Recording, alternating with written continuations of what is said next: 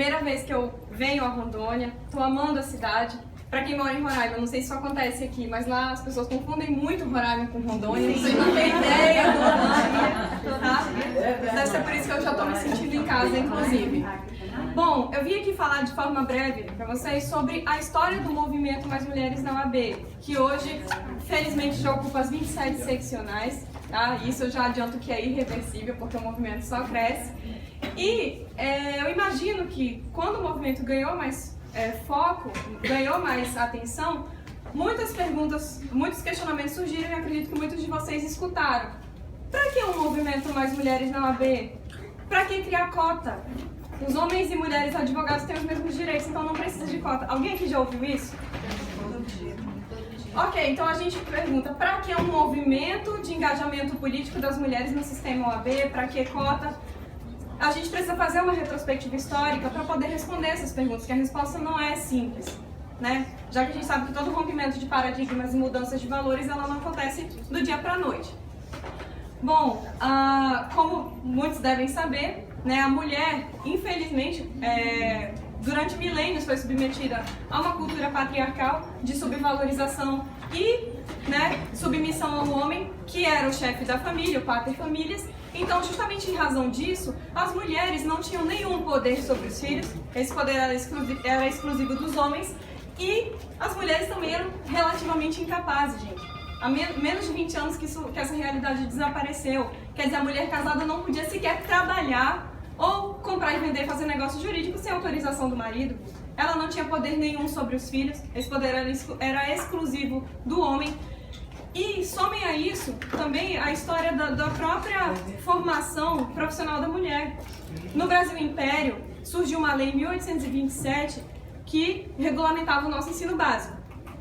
Para os homens, né, estava descrito que era autorizado como se fosse o ensino fundamental e médio, aprofundamento em todas as ciências exatas, todas as áreas do conhecimento, e para as mulheres ficava proibido o estudo dessas matérias, onde o ensino feminino somente era adstrito a ler e escrever e as 4 operações matemáticas. Nós tínhamos que aprender a contar, né?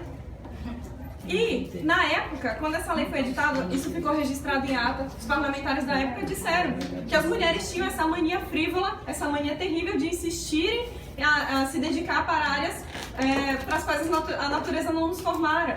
Quer dizer, nós tínhamos essa insistência frívola em nos dedicarmos a áreas para as quais nós não nascemos. Isso é absurdo. Então, eu não poderia deixar de falar também do reflexo dessa cultura machista na nossa legislação penal. Quer dizer, quem começou a estudar há mais tempo se lembra que, dependendo se a mulher não fosse virgem ou honesta, né, entre aspas, não havia crime.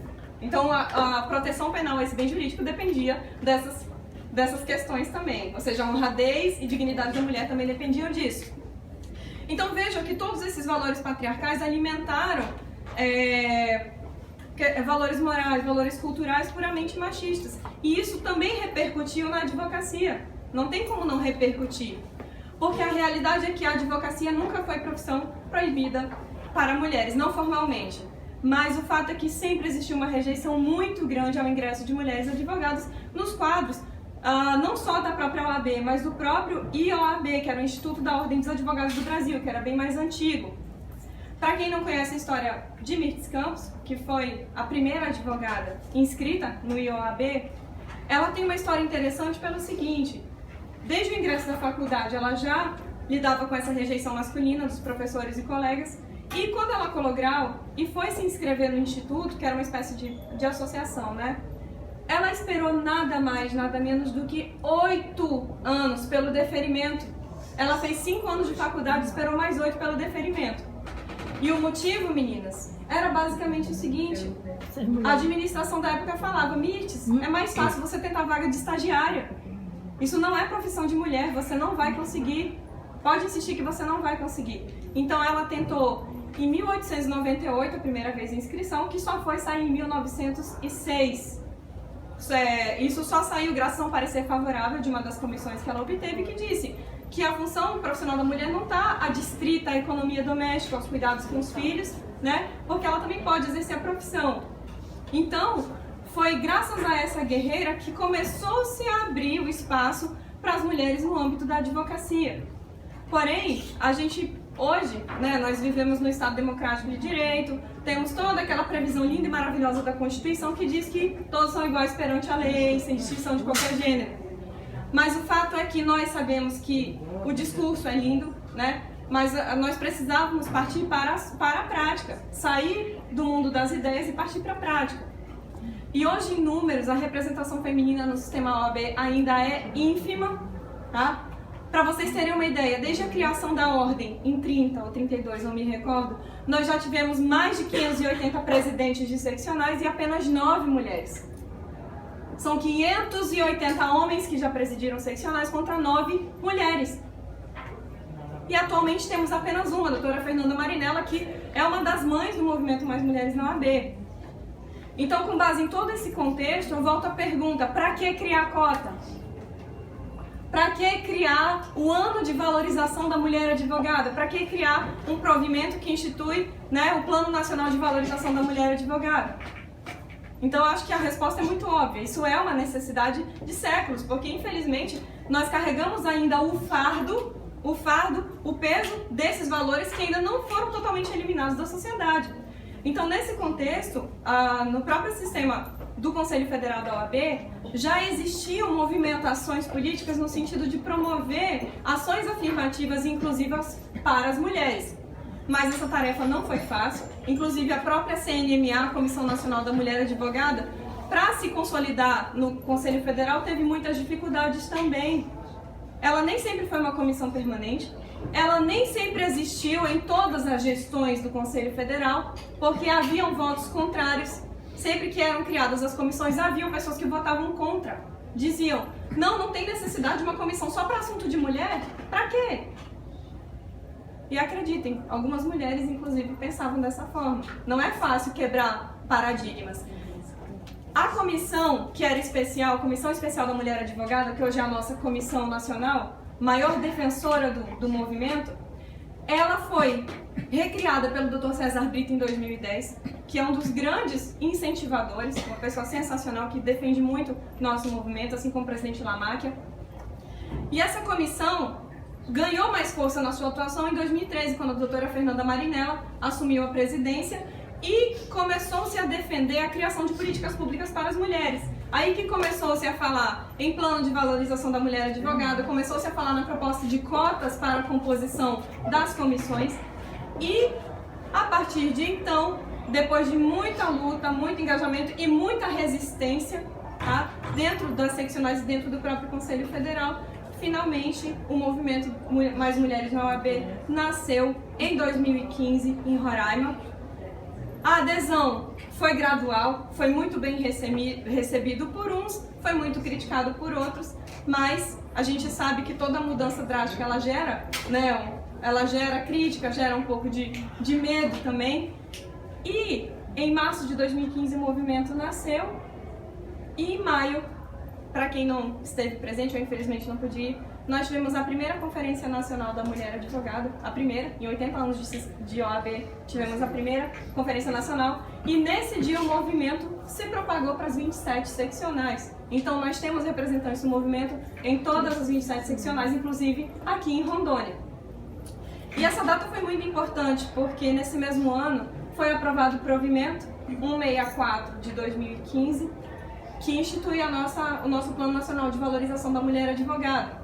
E expressamente lá está previsto o incentivo à participação das mulheres no movimento Mais Mulheres na OAB, que consiste no seguinte, em ações afirmativas, ou seja, sair do mundo do discurso e partir para a prática. Ações afirmativas no seguinte sentido, do respeito aos direitos humanos da mulher advogada, principalmente os direitos reprodutivos, porque nós sabemos que eles foram severamente ignorados ao longo dos séculos, inclusive para as mães advogadas. Eu acredito que devem ter muitas mães aqui que têm essa dificuldade com relação a exercer a profissão, aguardar pelas audiências, questão de prazo, você tendo bebê e não tinha nada que amparasse em termos de suspensão de prazo. Então foi uma luta que o movimento abraçou e se uniu para que nós obtivéssemos algumas conquistas que hoje nós temos. Tivemos a alteração no artigo 7º, foi inserido o artigo 7º no Estatuto da OAB, que prevê que é dever das instituições, né, do ambiente forense promover instalações que permitam à advogada-mãe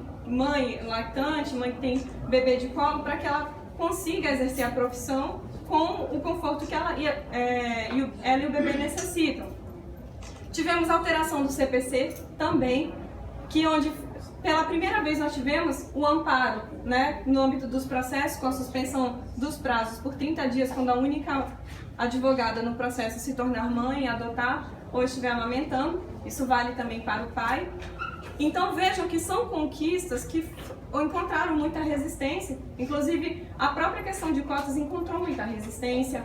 Muitos defendiam que isso era um atraso para o processo. Meu Deus, o processo vai parar 30 dias. Quer dizer, ele pode ficar concluído um ano, mas não pode parar 30 dias para que a advogada possa se programar, se recuperar do parto e voltar a exercer a profissão? Então, meus queridos, o movimento, ele tem crescido cada vez mais, tá? E eu fico muito feliz de saber que tem havido uma adesão muito grande da jovem advocacia em todos os estados que eu visitei. Elas procuram e trocam ideias com a gente e estão marcando eventos justamente para que a gente promova esse engajamento político. Então, o meu pedido a vocês, jovens advogados, que eu sei que tem muitas aqui do Brasil inteiro, é que vocês procurem ocupar os espaços. Nós já somos mais da metade da advocacia nacional e a grande realidade hoje nós pagamos metade da conta e nós não sentamos na metade da mesa, em nenhuma seccional, nem mesmo no Conselho Federal. Então, o que justifica essa invisibilidade que se lançou sobre a advocacia feminina?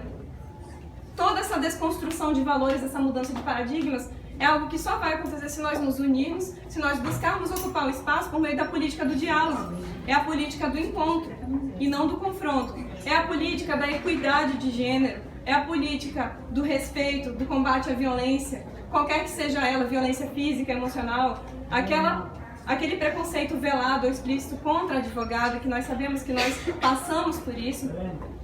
Então, o movimento Mais Mulheres na OAB nasceu dessa necessidade de mudar valores e de buscar a ocupação de espaço por meio de ações afirmativas.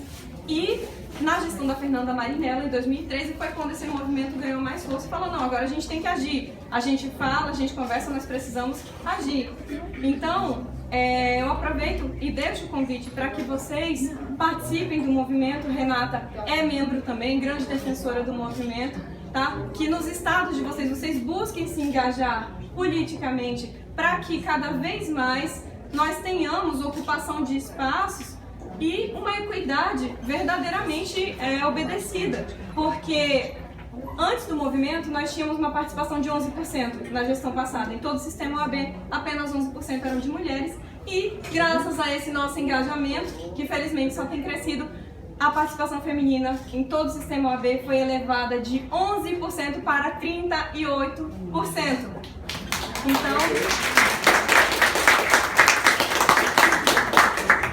Então, meninas, era essa minha contribuição que eu tinha para passar para vocês. Gostaria de também reiterar as palavras de homenagem à doutora Zelite, que em 38 anos de OAB Roraima foi a única presidente mulher. Nunca tivemos uma vice-presidente, só tivemos apenas uma presidente mulher, mas com o nosso engajamento, com essa busca pela equidade de gênero, certamente nós conseguiremos resultados muito positivos no Brasil todo. Muito obrigada pela atenção de vocês, meninas. Boa tarde.